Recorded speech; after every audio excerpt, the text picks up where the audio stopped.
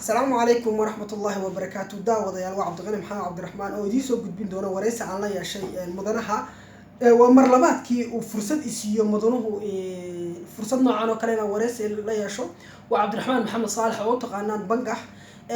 ورئيس كان لمد أيان هراء وقاضي وحنوجه مهد علينا يا مدنها فرصة لبعض ومانت إسيي إن الانترفيو لا يشو مركا عبد الرحمن محمد بنجح كسر دو inaad mar labaad fursad noocan oo kale si aad baan kaaga mahad celinayaa marka waxaan doonayaa mudane inaad dhowr su'aalood ku weydiiyo sidaynu la wada socono Puntland waxa ku soo socota doorasho marka doorashada iyo arrimaheeda iyo musharaxnimadaadan doonayay interview ka yeesho insha Allah waxaan rajeynayaa inaad si fiican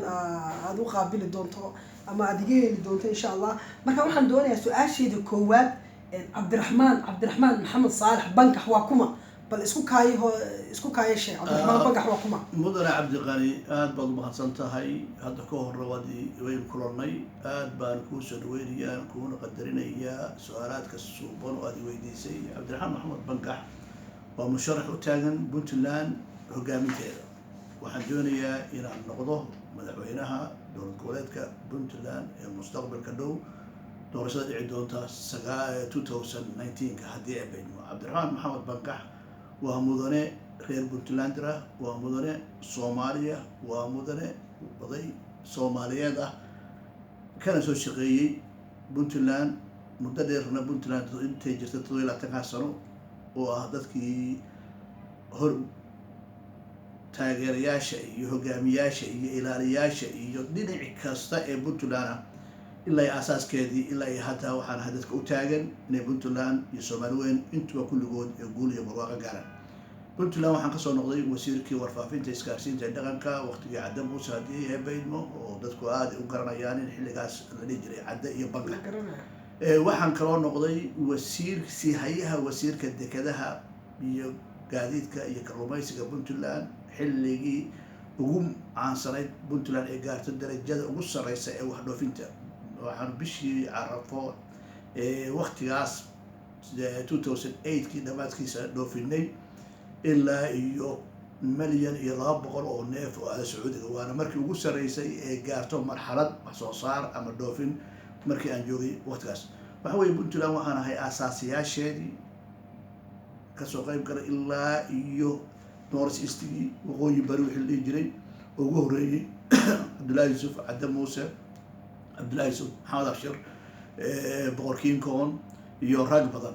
وحن كغيب قال الشركة غرّو عنكها وحناها ذاتك كغيب قال عرطة وحناها انتاس أكتيفيست وتاجن دنا بنتلان يسوع وين بين يقصوا لابتوب مجري دبتها لويان وحنا هاي رج آدي تنقل ودنا يدنا الصومالية آدي ودنا يدنا ومدى الصومالية إلى نقطة سيدة هاي أكسرنا Soomaali waxay ahayd meesha gaartay waxaan waayay arag wahay il-20 kacaanka intuu jiray oo dhan ilaa iyo 68 doorashadii 69kii 67dii madaxweyne Cabdulrasiid Cali Sharmaarke iyo doorashadii Aadan Cabdulla Cismaan intaasba waxaan goob jooga ama xigmad iyo garasho leh sidaa darteed anigoo intaasoo sano ogsoon ayaan maanta waxaan dareemay baahi aan laga fursanayn inay Puntland u qabto inay hesho hogaamiyaal dhaba ودنيا رقعة حوجالة أكسون دبتي صومالي كده عادي بحد هذه أكسون صومالي ماذا واحد هاي أكسون جاء أفريقيا واحد هاي أكسون دبودع أفريقيا هيستا أكسون بركة فرحة بدني أفريقيا كل عاي جارهان صومالي سيان لو قبحه أو أفريقيا أو قبحه أو صومالي أو قبحه أو صومالي وين النقطة براني وحنا أساس كده كنا إلنا هجاميو بنتلان يلا هوي ومدة الصوماليين وجوه رئيسي دونتا إن سوء لسه مجراه ومدة الصوماليين كل جولستي وحياله من بدو فربضن باجرة لبم مرحلة ضلوا قبلية هالكاس مرحلة وحلناها 91 إلا 2009 أنت سواء أنت هور مجراه أن كور قوي أما أن كجري أما الله صعدي حركة هذا آد صعوتي وهي ورنت ومدة وهي دولة الصومالية وهي بنت لنا هاي هجامة ومدة وحبنت لنا هيد أو كوهمية إن مرلبان الصومالي بس حق صلاته وكوجولي سنة عدم موسى عبد الله يوسف أنت وحكنا هذا شغالي سنة ويكوجولي سنة raalli ahaada xoogayar qof jiraad kula waa jira waan ku guuleysanay 2009kii waxaa xilka nagala wareegaya cabdiraxmaan faroole wax badan buu qabtay laakiin qaab dhinacaan u soconay dhinacaan hayn buu aaday dhinac wuxuu aaday puntlandia oo dhinaca puntland buu xooga saaray iyo deegaa iyo danaha puntland gelaya wuxuu badanaa uu ka doorbiday inuu puntland danaheeda gaarka eego danaha guud ee soomaaliya kuma dhiiranayn annaguna puntland ahaan yoolka weyn waxa weeye midnimada iyo soo ururinta ummadda soomaaliyeed dadka ku nool daafaha adduunka oo dhan inay dib loo soo laabtaan kuwa ku nool Fiji Island ilaa Vancouver of Canada dadkaas oo dhan ayaa wax naga sugayaan in aanu soo celino waxay naga sugayaan in dowlad dhaba timaado waxay sugayaan midnimo dhaba inay timaado waxay sugayaan dib heshiisiin dhaba inay timaado saas haddaan rag noocaas oo aan ogsooneyn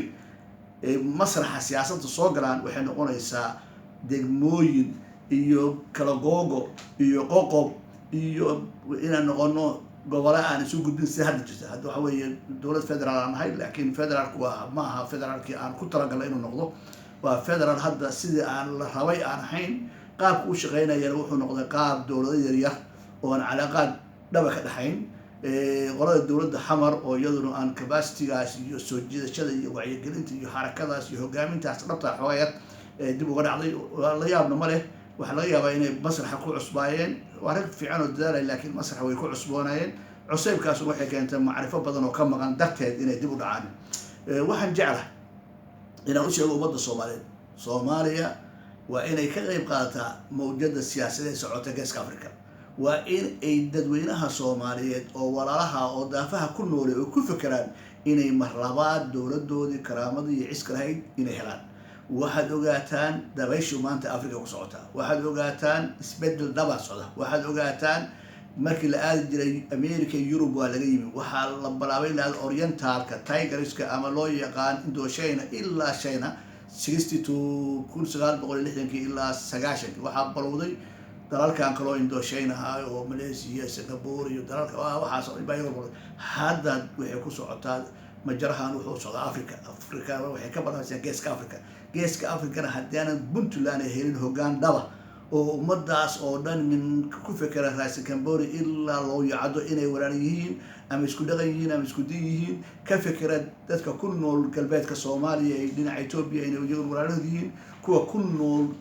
NFD inay walaal yihiin in Soomaalina ma jirto in bulshadaas weyn u baahan yihiin nin wax badan ogsoon oo wax baahanta puntland inay hesho majara hoggaami suuban ما شاء الله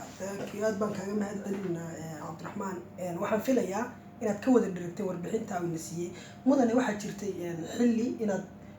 dawladda federaalka Soomaaliya iyada qudheeda xil aad ka qabatay ayadu faahfaahin iyadana naga siin dowladda federaalka muddo yar ayaan waxaan ka ahaa wasiir ma noqon xildhibaan nasiib daro meesha waxa weeye Soomaaliya hadda waxa shaqeeya waa nimanka xildhibaanada ma noqon laakiin waxaan noqday wasiir waqtigii dowladda Xasan Sheikh mudane cabdiweli sheekh maxamuud waxaan ahaa wasiir ku-xigeenka arrimaha gudaha waxa weeye waxaan ahaa wasiir ku-xigeenkii tegay Soomaaliya oo dhan except Somaliland waxaan tegay Doolow waxaan tegay Caawdwa waxaan tegay Beledweyne waxaan tegay Ceelbuur oo aan weli nin Soomaaliya siyaasi loo tegin waxaan tegay Buulaberde waxaan tegay Jowhar waxaan tegay Qoryooley waxaan tegay Balcad waxaan tegay magaalada Marka oo aad garanaysaan dib u heshiisiintii beelihii walaalaha ku dagaalamay waxaan tegay Beledweyne oo aan dib u heshiisiin ka sameeyay beelihii walaalaha ku dagaalamay waxaan tegay Xudur oo abaarta aad maqasheen iyo dhibti ka dhacday ilaa iyo Doolow waxaan ka shaqeynay aniga dowladeedii Kismaayo iyo Jubbaland dib u soo celinteedii dhigaleedii South Westiga dowladdan hadda oo Shariifku maamulo waxaas oo dhan ninka budligaha oo ahaa arrimaha siyaasadda gudaha qaabishan anigu ahaa waan ku guuleysanay waagaan joogno muddo yar baan joognay cabdooy wuxuu ahaa iyo dhinacaad u shaqo badan oo xirfad badan oo wax ogsoon waxaan tiimka iyagas markaan idin sheego waxay tiim isku dhaqana isku deega isku garasho isku waqti xilli wax bartay ilaa iyo 60 ilaa iyo kacaanka isku waqti ahaayo dalka iyo dadka wada garanayay marka waxaan wada jaan qaadnay si dhaba meel fiican baan maraynay nasiib daro isfaham la'aan labada hoggaan ka timi darteeda ayaan ku burburnay laakiin waxay markii labada mudane ugu sareeyay dalka ra'iisul wasaaraha madaxweynaha waxay ahayd laakiin muddadii yareyd ee Soomaaliya take off ka samaysay waxaan jecelnahay qorada hadda joogta aad bay u dadaalayaan wax badan bay qabteen externalka ku guuleysteen qoyo socod bay u socdaan waan ku bogaadinayaa laakiin waxaan rabaa arrimaha gudaha inay xoog saaraan arrimaha amniga inay xoog saaraan midnimada ummadda inay ka shaqeeyaan isu soo celinta dalka inay ka shaqeeyaan in dowlad goboleedada la dhisay yeena noqon cadow waa ay noqdaan xabiib waa ay noqdaan ehel waa ay u arkaan inay yihiin dad ما شاء الله ما شاء الله aad baan kaaga mahadcelinaa goorma ayaad rajaynaysaa ama aad rabtaa inaad si toos ah aad u shaacisid musharaxnimadaada madaxweynaha ee 2019 ka doorashada ka dhici doonta Puntland aad horaan u shaaciyay haddana waa shaacinayaa mudanayaal marwooyin mudanayaasha Puntland waxgaradka Puntland siyaasiyiinta Puntland indheergaradka Puntland aqoon-yahanada Puntland ardada dhalinyarada dumarka waxaan u taagnahay musharaxnimada Puntland waxaan rabaa majarihii Puntland loo aasaasay iyo hadafka ay leedahay ku soo celiyo waxaan rabaa waxyaalaha ay tabayso aad tabaysaan oo kulligiin aad niyadu ku haysaan ayaan tabayaa oo ogahay inay sahal tahay la qaban karo waa aaminsanahay waxaan soo darada ka jirta Puntland amni xumada ka jirta Puntland cadaalad darrada ka jirta Puntland xumada ka jirta Puntland iyo federaalka waxyaalahaas oo dhan oo ogsoon waxaan rabaa inaan ku guuleysto haddii ay baydmo reer Puntland fursadaas qaaliga yeena beerdrayn waxyaalo badan oo Puntland hareeyay waa jiraan xildhibaanada la xulaaya waa inay noqdaan xildhibaano iga raal noqon soo noqon doona arrimaha insha Allah kaliya waxaan ku weydiinay qaabka xilliga shaacisay laakiin waxaad noo sheegtay inaad hore u shaacisay imika aad shaaqinaysid hore waa u shaaciyay haddana waa sheegaya ummadda Puntland waxa uu soo socdo hogaamiye dhaba wadaniya ay wada jecel yihiin noqon doono kay kaga bilaayeen kubada yar oo haysata insha Allah waad ku guuleysan su'aal sideed u aragtaa wada hadallada Somaliland iyo Soomaaliya u dhaxeeyay ee hakadka galay سيد وأركض. وهذا هذا الله سو مر بحال بلا وقت مدحوني هوري حسن الشيخ ما هي من الدول لكن واحد واسود واحد كوري إن هرت اللي هلو حسين أنت مقالة المقدشو وعاصمة دوغدا واحد كوري الدولة الفدرال كائن يقعنت كل دكتور أمنيجا ديجانا دا يحكمته deegaanada hadday xakunto waxa weeye qaybta ugu badan ee dawladdu joogto waxa weeye waa in horta ay degtaa xasuulasha marka aad dawladdu ay xasuulo samayso oo amni samayso oo istiqraar samayso ay dawladdu fikri kartaa oo la hadli kartaa dowlad goboleedada iyo Soomaaliland intu waa isku duruuf qaarna waxay leeyihiin dawladda dhaxan ka tirsanahay midna waxay leedahay waa go'ay laakiin marka hadda dhinac kasta aan ka eego Puntland iyo Soomaaliland wax difference oo u dhaxeeya inay Puntland aaminsan tahay in Soomaaliland weynta ma ahan xiriirka Puntland iyo federaalku iyo xiriirka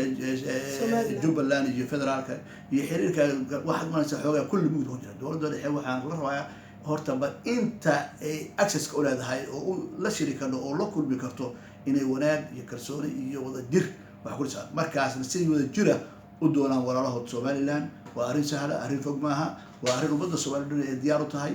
waana arrin dhammaan karaysa laakiin waxay u baahan tahay dhinaca awoodda haysta ee dhexe dawladda dhexe inay aad u fikirto in amniga ummadda soo celiso okay Puntland waxa ay sheeganaysaa ama ay leedahay deegaanada naga maqan deegaanada ay Puntland ka maqan tahay waxa qorshe kaaga yaala haddii aad ku guuleysatay madaxtinimada Puntland haddaad si fiican u ogaataan in xaqiiqda jirtay Puntland waxa markii hore la dhihi jiray North East waxa 8 sano 90 ilaa 80 90 إلى 98 كي مجرين دولة لده بنتلاند شركة قروة هي كرات شركة قروة أنا سوريا سلاقي عين وحكوا هاي حبناها في الفرعون أي أود ده سعودي الآن طول وادب وحنا أمثلها الدولة هذه الجرسة يهدي أنا وأكو جولسو أنت وإن ما قام كلا هاي يهو ذاك نقدر حي يبارتنر شيء كدبتها هي شيء كون دسوريها إن سيسر أفريو أما هالأفريو ولا تهذل أما هالأفريو قالب كسر دبلوماسية أنا واحد جعلها إن بنتلاند دستوري أنت أولاد هاي إليك ما مشو وحن جعلها وحي اللوه شيء إن لفريو وحن جعلها وحي دت كاس ولا لها تبع يعني وكتبنا يعني أنت كلا تقارتي معمولك إن الحليو الله ولا فريستو الله ولا برفيو وحوي دت كاس مفوقة dad Puntland weeye salaadiinta Puntland Soomaaliya salaad dhamaantood waxay joogeen garowga doorashada hal isim baa ka maqnaa allahu naxariista ismaaciil baa ka maqnaa garaad ismaaciil inta kale waa joogtay intii kale se u joogtay wali dadka damiirkooda u jooga waxaan rabaa in dad xoogaalah ee arrinta galaan waxaa ciladayna haystaa waxa weeye federaalka iyo puntland ba waxay noqotay loter houses siyaasadda baa dadka dibadda ka imanayaan iyagoo aan la socon gudaha ninkii wuu imanayaa khatar kalaa balaabanaysa ma xuma ragga hoggaankooda mid federaal iyo midka puntland laakiin ogaanshahoodii iyo la socodkii ilaa iyo 91kii ayaa meesha ka maqan qofku hadduuna muddo joogin oo waxay dadka hadda qoladinkan westernka oo haya nala taliyo hay-adaha dowladaha ayaa waxoodaanin youth and gender empowerment iyo dad qofka alla keenayo dadka waxaa loo baahan yahay nin xoogaalo oo ogsoon wixii jiray waa ogohalahay dhalinyarada dumarka waxgaradka kulli inay shaqo iyo karaamo yeeshaan haddana laakiin arrinta hoggaamintu waxay u baahantah waa yarag xoogaalnimo waxaa jiray nin la socda waxaa soo socda nin oo dorasi kara waxaa joogana sixi kara waxaan leeyahay taas ayaanu diyaar u ahay arrinta sooliya sanaagi cayn ma dhib weyn maaha puntland kuma aha soomaliya kuma aha waa arrin walaaltinima deegaanadan aada maqlaysaan puntland dhow waxaa lahay deegaan bahwadaaga baxay burburka soomaaliya wuxuu u dhacay qaab qabiilaha wuu u burburay qaab qabiil hadduu u burburay qabiil baa loo kala joogay qabiil baana lagu dhisay qabiilahaasa isu yimid dowlad balise waxa weeye marka soomaali weyn loo gudbo oo soomaali dhan israacdo oo somaliland iyo somaliland qabailada kale isla raacaan oo markaas waxay noqonaysaa qof walba meesha walba ha ku tashado laakiin inta dhibta guud ay taagan tahay dhibtaas waa in lasoo afjaraa sidii lagu heshiiyeen waa in lagu socdaa cilada meesha taagan waxa weeye gadaal baan ka sheegi doonaa waxa weeye waa xulashada xildhibaanada ummadda ama ha noqdeen mid federaal ama ha noqdeen mid puntland ama ha noqdeen xataa kuwa somaliland waxaa la xulanayaa rag aan xilkas ahayn oo aan xilkaas gaarsaneyn maasha allah maxaad bulshada ku daawanaysaa khaasatan bulshada reer puntland ee aad rabtid inaad hogaamisid maxaad u ballan qaadaysaa sida musharaxiinta kale ay u ballan qaadaan adigu maxaad intaanan ballanqaad gaarin waxaan gaarsiinayaa bogaadin iyo wacyi celin waxa weeye puntland waxay wax ku noqon kartaa xulashada aada xulanaysaa xildhibaanada puntland xildhibaanadii ay koonfur geysay ee xamar geysay waxay ahayd inay fashatay waxay ahayn kuwa aan xataa deegaanka la geeyaan kala garanayn mustaxiil waxa weeye qofka meesha u diraysa waa inuu yaqaanaa dadkaad diraysa waa inuu dad siyaasiyiina la socda arrimaha soomaaliya puntland ragga hadda loo xulaayay iska geey waa ina noqonin waa ina noqotaa xataa haddii reerka shanta lihi ama saddexda lihi 5 wiilo walaalo wax ku oola oo waxtara ay jiraan waa in la siiyaa ninkan la xulaayo reer hebel lagu qaboojinayo ama qabiilka la siinayo macno samayn maayo siyaasaddu maaha qof iska gey siyaasaddu waa qof yaqaan iyo qof ogsoon gey qof waxaa la rabaa la socda duruufta puntland qof waxaa la socda duruufta soomaaliya waxaa qof la socdaa duruufta geeska africa waxaa la rabaa qof la socda duruufta adduunka oo dhan xaaladda kooriga ee socda isbedelka socda adduunka oo dhan waxaa la rabaa ninkaas xildhibaanka inuu yahay nin ruucada waayo ariga ogsoon siyaasadda arrimaha bulshada wax ka yaqaan arrimaha siyaasadda wax ka yaqaan arrimaha dhaqaalaha wax ka yaqaan arrimo badan oo aqoon iyo xirfad inuu leeyahay in la iska keeno inay xasan oo geedka hoostiisa laga soo kaxeeyo oo jifi cali baale ama cumar baale ama muusa leh loo keenay ha laga daayay hala keeno nin wax ku ola isimada ilaa iyo 1959kii waxaa nala ku baabashay oo gacanta soomaaliya lagu baabashay oo western noo adeegsadeen waxa weeye qabiilka loo aaday isimada 60kii inagoo kontonkii ayaan laka baabashay SWS North Night oo la ku wareejiyay in deegaanada isima iyo salaadiin iyo cuqaal ay soo dartaan jabhadii soo dagaalantay SWL 1943-15 halkaas ku baabaday waxaa la baabashay in la soo xusho rag siyaasiyiinta waxaa la soo xushay nin laga danaysanayo ka daayal nin laga danaysanayo nin dalka iyo dadka u danaya keena fursadana mar dambe inuu usoo laaban aad baan uga xumahay shacbiga Soomaaliya inuu ilaa iyo kontonaadka ilaa hadda uu ku jiro nin odayo geed jooga inuu soo xilayo waxaan rabnaa inaynu ka baxno nin soo qabsanayo eex iyo xasaba iyo qaraabada noocaasa iyo qabyaalaysigu waa wax ummadaan rogo weeye waa inaan ka baxna aasaaska baabashada waxa weeye xulashada xildhibaanka war xildhibaan waa maxay xildhibaan waa xaqsoore xildhibaan waa xilhaye xildhibaan waa aqoon-yahan xildhibaan waa sharci dejiye war sharcigaad jeelisa maxay tahay haddaan xilba garanayn sharcigaad jeelisa muxuu yahay haddaan qabiilba dadkaba garanayn bulshada haddaan kala garanayn waa mustaxiil waa in laga daaya hadda fursad baa haysataan hadda fursad baa ballanqaadka usoo socday hadda fursad baa haysataan reer puntland oo 66 nin oo wax ku oola keensada maaha inaa leeyahay 66 bangax doorto maaha 66 wax ku oola keensada inay ka saarta kurbada aad qabtaan siyaasadeed waxaan u ballan qaadaya dhowr jeer bay ugu soo celis maxaad ballan qaadaysaa ilaahay baa wax ballan qaadi karay anigu waxaan jeclahay inaan amniga sugo kalsoonida soo celiyo midnimada soo celiyo cadaaladii dhuntay Soomaaliya ilaa iyo kontonaadka aan soo celiyo corruptionka iyo laalooska ummadda hareeyay aan la dagaalamo wax soo saarka iyo tacabka ummadda geliyo noqoto geeska Africa inay noqoto same like oriental inaan mar dambe loo hangaltaagin khaliijka iyo Indochina iyo China ee adduunku uu noqdo Africa iyo Soomaaliya waxaan ku rajo weynahay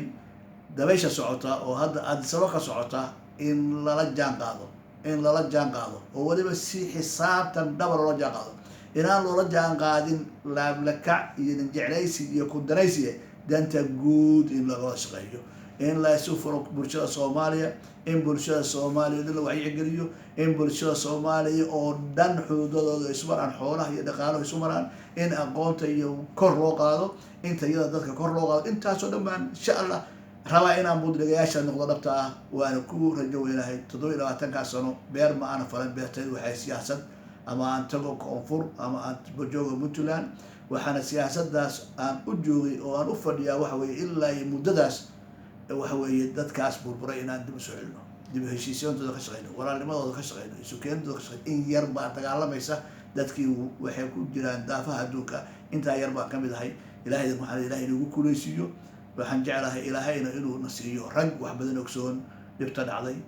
ka bixi kara kana saar kara dalka ما شاء الله أجل حاجة من هذا علمي عمودنا قلت يا جب جب برنامج كان مرينا هل سؤال ونحتاج دوننا كويديو ويجن حدنا العفي كلها والسير هذا دولة فدرالية الصومالية شرك كودي بقبصدين وحنا قدوميني مدحوينها محمد عبد الله فرماجو maxaa adiga kaaga muuqday ama ka aragti aad ka qaadan kartaa ربما تسوعات وح نورمال ويا مدحوينا ياش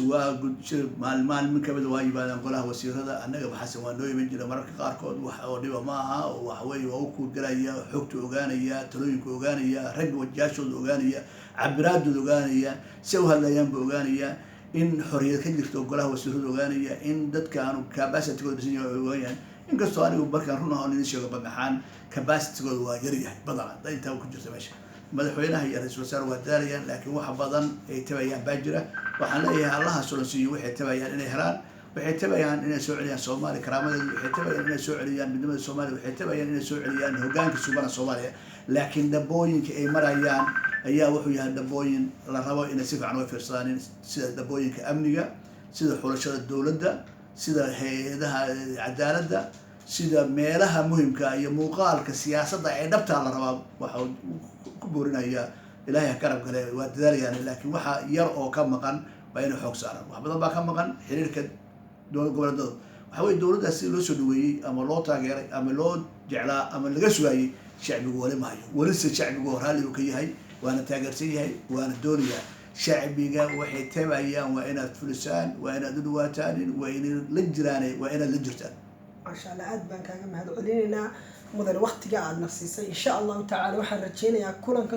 كخير بدن إنه كل مدونة أدبان ما بارك الله فيك السلام عليكم ورحمة الله وبركاته إلى اللقاء